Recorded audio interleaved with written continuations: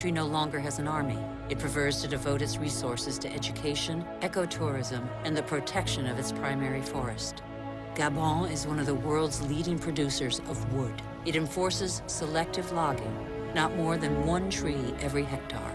Its forests are one of the country's most important economic resources, but they have the time to regenerate.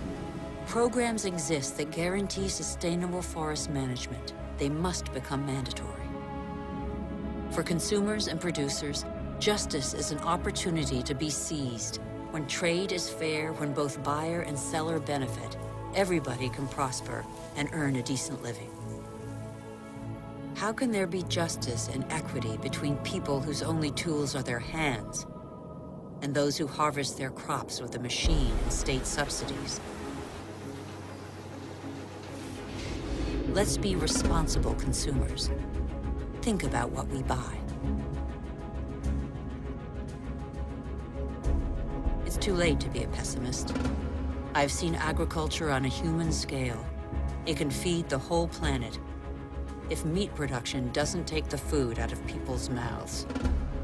I have seen fishermen who take care of what they catch and care for the riches of the ocean.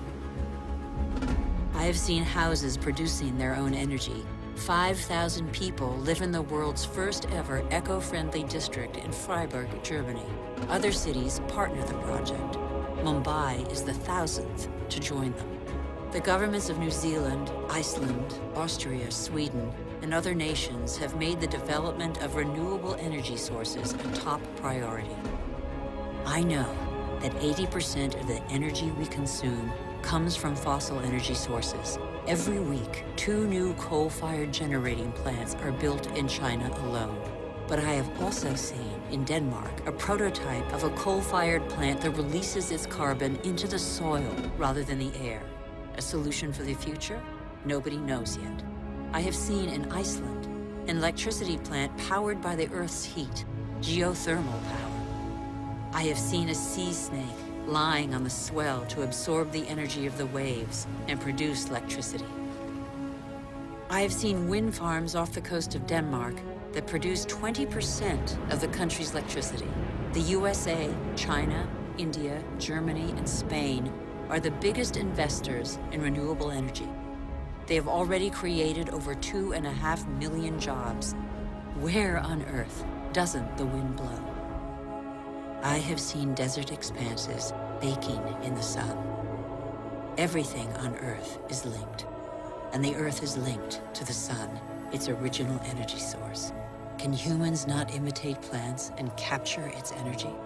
In 1 hour, the sun gives the Earth the same amount of energy as that consumed by all humanity in 1 year.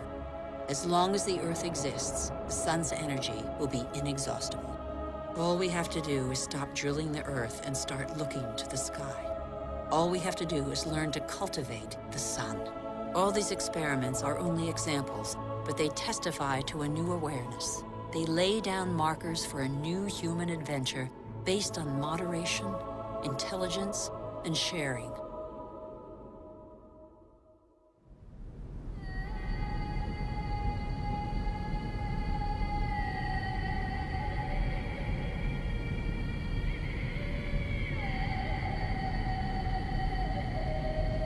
It's time to come together.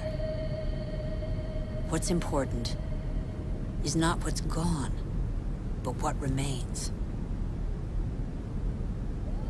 We still have half the world's forests, thousands of rivers, lakes, and glaciers, and thousands of thriving species. We know that the solutions are there today. We all have the power to change. So what are we waiting for?